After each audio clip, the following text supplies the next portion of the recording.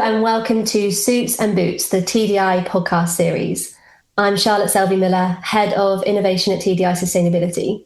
In this episode, we'll be exploring one of the most significant challenges facing the mining and metals sector, understanding and preparing for the physical impacts of climate change. For many years, climate discussions have focused on emissions reductions and net zero commitments. But increasingly, companies and investors are asking a different question.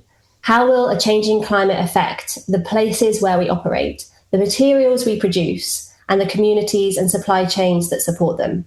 In this episode, we are focusing on mining as a strategic industry, both today and for the energy transition to renewable energy. For context, the European Union aims to be the world's first climate neutral continent by 2050, now a legally binding commitment under the European climate law.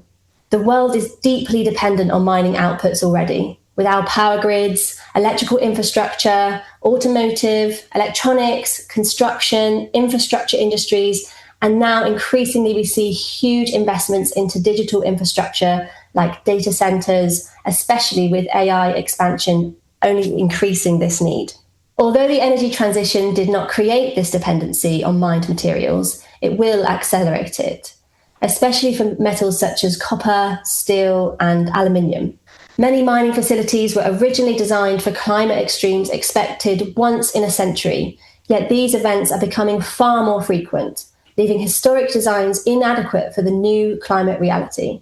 Together, these pressures underline the urgent need for updated climate adaptation planning, robust risk assessments, and more resilient infrastructure across the mining sector, alongside more transparent climate risk adaptations that enable investment firms to invest more confidently into mining companies with more unstable climate zones. To better understand these challenges, TDi Sustainability and AXA Climate have formed a partnership to bring climate risk intelligence into mining and metal sectors. Today, we'll discuss the science behind climate risk modelling, how climate data is translated into practical business insights, what we've learned from analysing mining operations around the world, and how mining companies, investors, OEMs, and other stakeholders at all stages of metals and minerals value chains can use these insights to strengthen resilience and support long-term decision-making.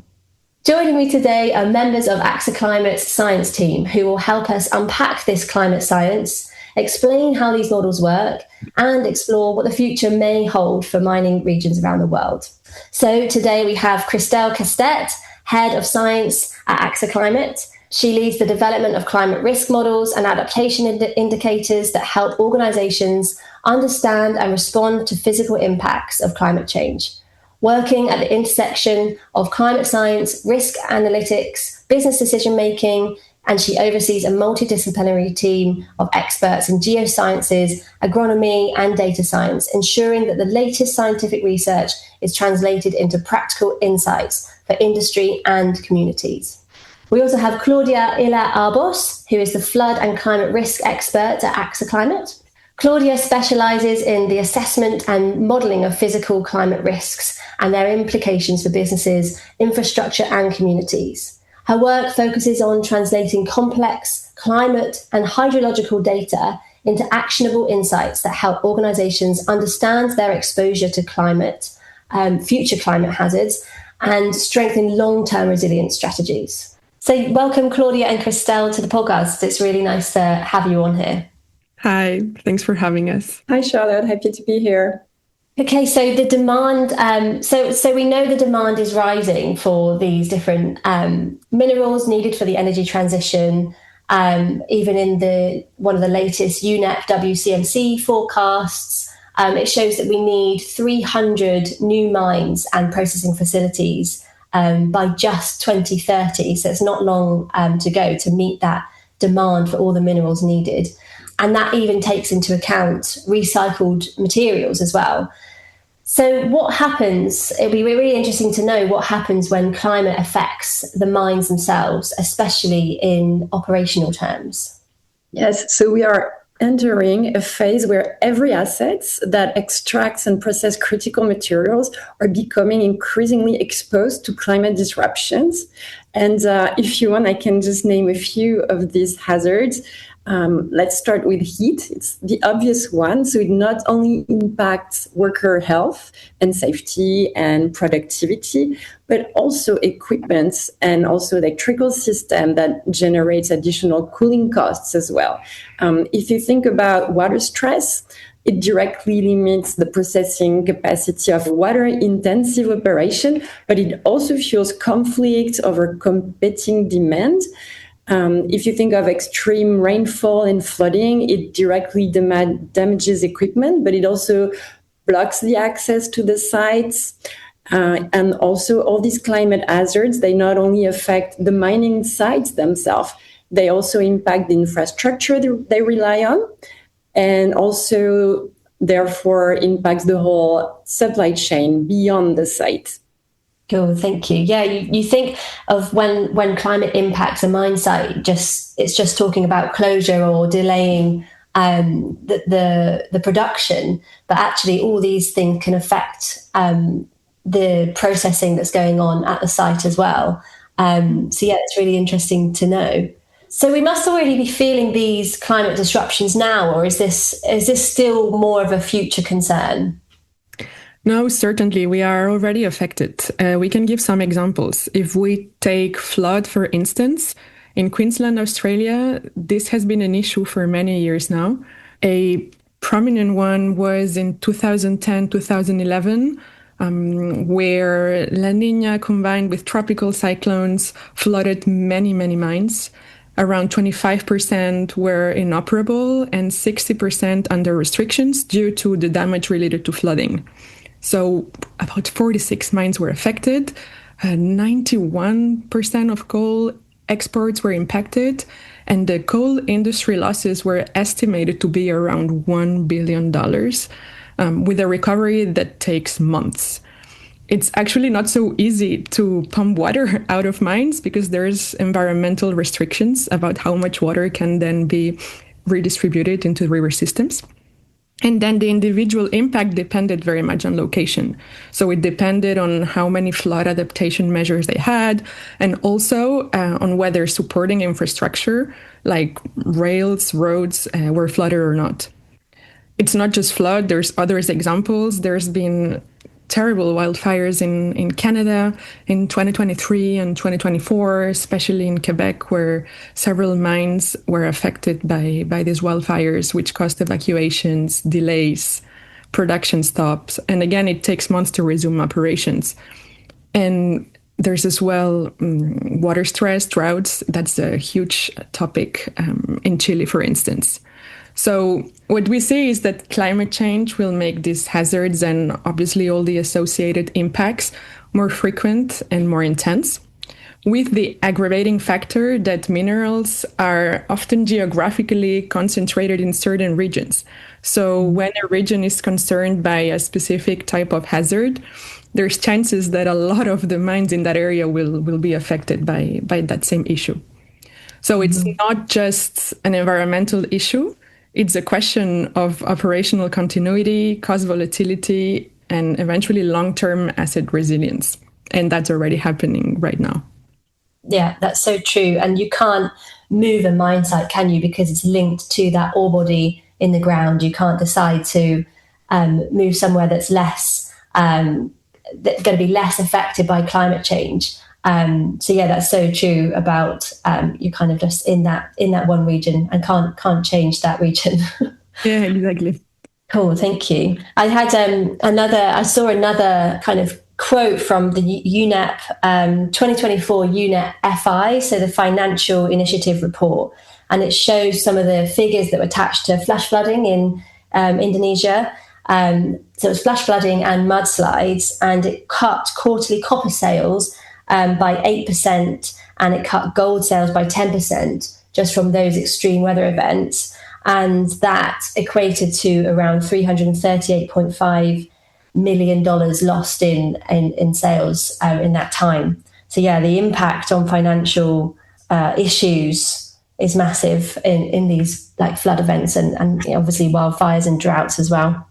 So AXA and TDi have been running a pilot project with just over 100 mine sites across the world, including open pit mines and underground mines across an array of different metals and minerals. And the idea is that we wanted to find what sort of climate risks there are surrounding these mine sites and how might these jeopardize the mining operations and potentially cause production to slow or even stop in these real world examples.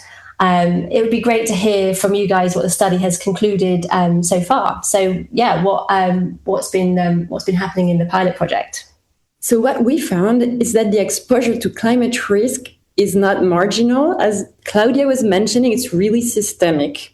By 2050, 1 in 3 sites is expected to face high or very high risk of heat, extreme heat, and 77% of the sites are exposed to extreme water stress. So the numbers are quite overwhelming. Mm-hmm. Yeah, that is a lot, actually. And with that being so many of them, what does this mean for the companies that are operating and managing maybe multiple assets? Is that even more impact for them? What does it mean for them? Indeed, the challenge is right now no longer to identify if there is a risk, because as we've seen, the risks are systemic. It's really to understand where to focus first. So which regions are the most impacted by which hazards, and also the assets that are the most critical for your supply chain. And this is where you want to allocate the capital the most effectively. How then can we anticipate future climate? And how do you translate this complicated climate science into something actionable for industries, maybe different industries as well, to use when needing to make different decisions? Yes, so we rely on climate model outputs, and these models are run under different greenhouse gas emission scenarios. So the climate scientists call these scenarios the SSP for shared socioeconomic pathway. And you can think of them as different possible future depending on how much the world manages to cut the emissions. So you have these climate models outputs, and we look at this data at multiple time horizons. So we look into 2030, 2050 to see how climate hazards are expected to shift over time. So then we look at the location of the site and extract this climate data at your site, at the site level. Then we combine these climate hazards, for instance, temperature or rainfall data, with operational vulnerability. What are the vulnerabilities? So let's say you're an open pit mine or underground mine, then you'll have different ways, different activities, and also you might extract different minerals. So that means that if you look at heat, you will be impacted differently if you're working outside than if you're underground, and therefore you're relying on cooling systems. So those are 2 different types of vulnerability depending on the type of mine you're operating. If, for instance, you are relying on water, depending on the type of mineral you're extracting, the impacts will be also different. Yeah, I think it's a great example as well, where heat, you don't really think about heat as being an extreme weather event. It's not, I guess, heat waves, and it's not very nice. And obviously the climate is warming in general, but workers on those sites is going to be impacted quite severely by heat. So it can stop the process and production through worker vulnerability. So it's really interesting that you've taken that into account in this as well. Claudia, I think you had a really good example. It would be great to chat through like a real world example of how this might apply. Yeah, certainly. Let's take, for instance, the case of Chile. Chile is a global producer of copper. It accounts for almost 25% of the worldwide production of copper, which is essential for electrification, industrial systems. It is also located in regions that are heavily affected by water scarcity. So in risk terms, we are going to say that there is high exposure to the water stress hazard in Chile in general. Now, this is something that we see already now. Chile is suffering from a very prolonged drought, which is now in its 14th year. And we see it like in different ways. But for instance, reservoirs are at record lows with capacities of about 30%. So the stakes are high, actually. Water is a critical operational input used in ore processing, but not only, also dust suppression, equipment cooling, even to transport material as slurry. And there's a huge dependence. So alternative ways to secure water might be needed, but that's also potentially 10 times more costly. So we will want to look at how water stress evolves in the future to see what measures might be needed and what types of priorities needs to be set in this sense. And what did the analysis reveal then about water stress in Chilean mines? Yeah, some key figures are that in some Chilean mining sites, our data shows that the water demand is already about 4 times higher than the available water resources. And by 2050, that gap could exceed 9 times the available water. So that is a huge water stress situation, and meaning that we are consuming and using these resources at a much faster rate than it can be replenished or regenerated. Mm-hmm. And so this water imbalance, what does that mean in practice for then, either communities or the mining company themselves? Yeah, in all cases, it's increasing pressure on mining operations. And this translates into a lot of different effects. So for one, there are higher costs to secure water because of needed infrastructure, recycling water potentially, or desalination, like we were saying. There is also potentially increasing tension with local stakeholders because the water use will have to be shared. There might be restrictions that apply to different sectors differently. Essential needs might be covered first. And therefore, for the mining sector specifically, and for these mines, there will certainly be production constraints. So there's been examples in mines where output declined significantly following these regulatory restrictions on groundwater extraction. And these restrictions are there precisely to protect certain uses, protect nearby wetlands, and also domestic use when needed. So in other mines, for instance, there's been figures of production falls by as much as 44%, and they are all linked directly to reduced water availability during this prolonged drought. So at the end, this raises also the question of long-term viability for certain sites, right? So as they move to different ways to secure water supply, like desalination of seawater, which is actually now one of the industry's primary long-term response. Well, this is highly energy intensive. And as we were mentioning earlier, this can be up to 10 times more costly than extracting groundwater. So this puts a lot of pressure into the entire supply chain related to mining. So yeah, like there's estimates that just in less than 10 years, by 2030, 35, almost 3/4 of the mining water might come to seawater rather than continental sources. But yeah, that raises a lot of questions of the feasibility of that and the costs. Yeah, and then you'll need more minerals and metals for the solar panels to then make more electricity to then run those desalination stations.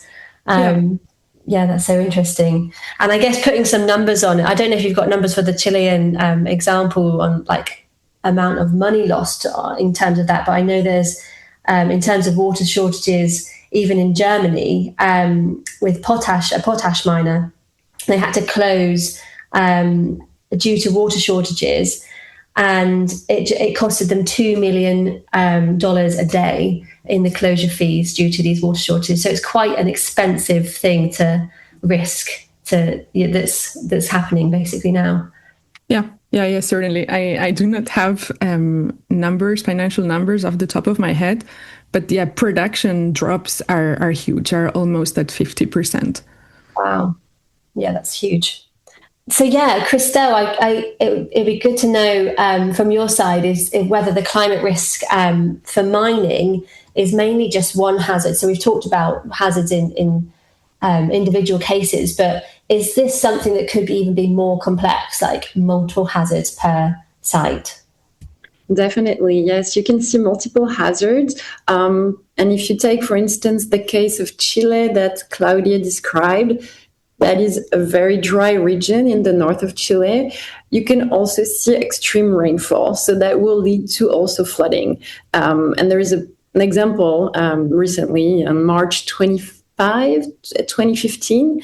There was an extreme rainfall that hit the north part of Chile, and the soil is really hard and parched because of the drought, and it cannot really absorb the water. So instead, the water turned into thick and muddy torrents with debris. So you can definitely see drought and also flooding at a single site, coupled with also other perils like wildfire. If there is a drought, you can also see wildfire and smokes. So it's a very complex system. And this hazard can also be interconnected, and we call these compound events. And if I can give you a couple of examples, they can occur simultaneously. For instance, when you have a windstorm, you can also have heavy precipitation, so wind and rain can create damages. And this hazard can also occur consecutively, like flooding after a wildfire, and that can strip the vegetation of the hillside and create also landslides. So this hazard can compound, as you can see, and the impact of this compound hazards is greater than if they are each taken individually. Yeah, that sounds really complex. So how do companies deal with this? Where do they start with dealing with these compound events, like multiple hazards on top of then extra hazards that are worse because of the first hazard? So you should not start with the detailed engineering study right away in each single site. You should really try to prioritize where to adapt the most efficiently. So you need a real understanding of each climate risk and how they correlate with each other. And that can only come from risk models that are grounded in solid science, I would say. Mm-hmm. And so was this the purpose of our pilot?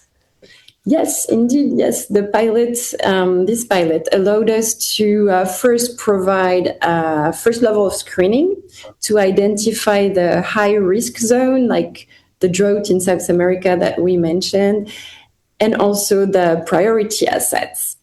And so this enabled us to do three things. First, to prioritize where to adapt and start building resilience across the value chain. Second, to target the sites that require local risk assessments that are real deep dives into the hazard levels and the vulnerabilities. And third, maybe the most important one for business sides, is to also support informed investment decisions. And then back to Claudia. Why do you think companies outside the mining sector should care about this? And are there other sectors specifically that might want to pay more attention to this information as well as the mining operators themselves? Yeah, certainly. This is mainly because their operations depend on stable access to materials, and climate change has cascading effects. So this means that a disruption upstream of the value chain will have ripple effects downstream. If we consider again, for instance, the example of floods in Queensland, Australia, the impacts were felt globally. In Australia, these were mostly coal mines. And on one hand, the impact was very high in China and the rest of Asia, which are heavily dependent on Australian coal to make steel, but also to feed electric utilities. But then these steel products are sold worldwide. So buyers of Asian steel were also impacted. And this translated into obviously higher prices due to higher costs. So this is just an example, but the same goes for other minerals. And then these impacts are not only downstream of the mining sector, but also upstream somehow. So a mine itself cannot be affected by a disaster, not touched by a flood, for instance, but infrastructure that supports it, maybe. So if there's roads, rails that are affected by climate hazards, this will also limit access to mines and therefore mining operation, as well as subsequent distribution downstream of the value chain. So aside from these material impacts, there is also a reputational risk, because now we're talking about people's protection and safety to climate perils to ensure proper working conditions. So that's obviously something of extremely high importance. In terms of other sectors that might want to pay attention to this information, it's pretty much every sector, actually. People that do physical labor or physical work, operational sites obviously see very much direct effects. But because of these cascading effects that we're talking about, any sector is actually directly concerned. Yeah, so true. And I guess one thing that relates to this, we haven't actually talked that much about tailings dams being impacted, but although they aren't operational, they are part of the mine kind of ecosystem. And there was a really good quote that says, extreme weather is destabilizing dams built to last forever. So these dams were built in a time where the climatic events weren't that regular. And now you're getting flooding after flooding, and the awful Brumadinho dam, like you said, with reputational damage, killed 270 people. So it's a massive, awful event. But it not only damaged reputation in that way, but it also apparently was the worst one day loss in the Brazilian stock market history. And they raised $19 billion of market value in a single trading day from that event happening. So yeah, the reputational damage and risk of these events impacting the wider society, it's huge. So yeah, totally agree with you there. Yeah, certainly. So it would be great to know from both of you what your kind of one final message would be to top management to take away from this episode. I'd say that climate risk in mining is no longer a peripheral sustainability issue, but it is actually becoming a core industrial resilience issue, regardless of whether you are specifically affected in one asset or not. And Christelle, what would your one takeaway message be? Well, I think I have two key messages. One of them is really that it's important to understand, based on scientific evidence, where the risks are concentrated and where adaptation efforts will have the greatest impact. And also, I would say that multiple studies confirm that adapting to future climate risk delivers a better return on investment than inaction. So hopefully this can help move things forward. Yeah, perfect. And we really like to end the podcast with like an optimistic question. So for both of you, what is something that gives you hope to take away into the future for this, or what are you optimistic about? Well, I would say just having this podcast with you and discussing adaptation, for me, it's like the first step towards moving things in the right direction. And we've seen many companies starting to do their climate risk screening and quantifying these risks and prioritizing action. So I'm quite hopeful that the trend will keep going. Yeah, I would add maybe that the access to solid scientific information is getting more and more democratized or available. So more and more actors are starting to use this scientific evidence to plan, which I think is a solid, sustainable way to approach these future challenges. Yeah, perfect. Totally agree. Let's not keep it in academia.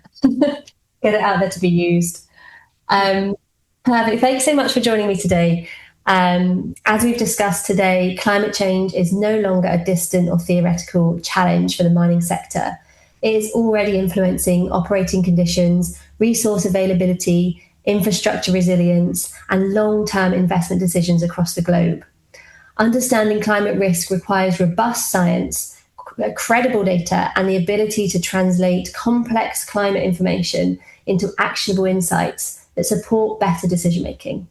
My thanks go out to our guests from AXA Climate, Claudia and Christelle, for sharing their expertise and helping us better understand the science behind climate modelling and risk assessment. Thank you to everyone listening. For further information and resources on climate risk in the mining and metals sector, the TDi Sustainability website is a great place to start. And please get in touch for a free demo of the digital platform where you can see all the AXA Climate data in action. I'm Charlotte Selby-Miller. Thank you once again for joining us on this episode of Suits and Boots, the TDi Sustainability podcast series.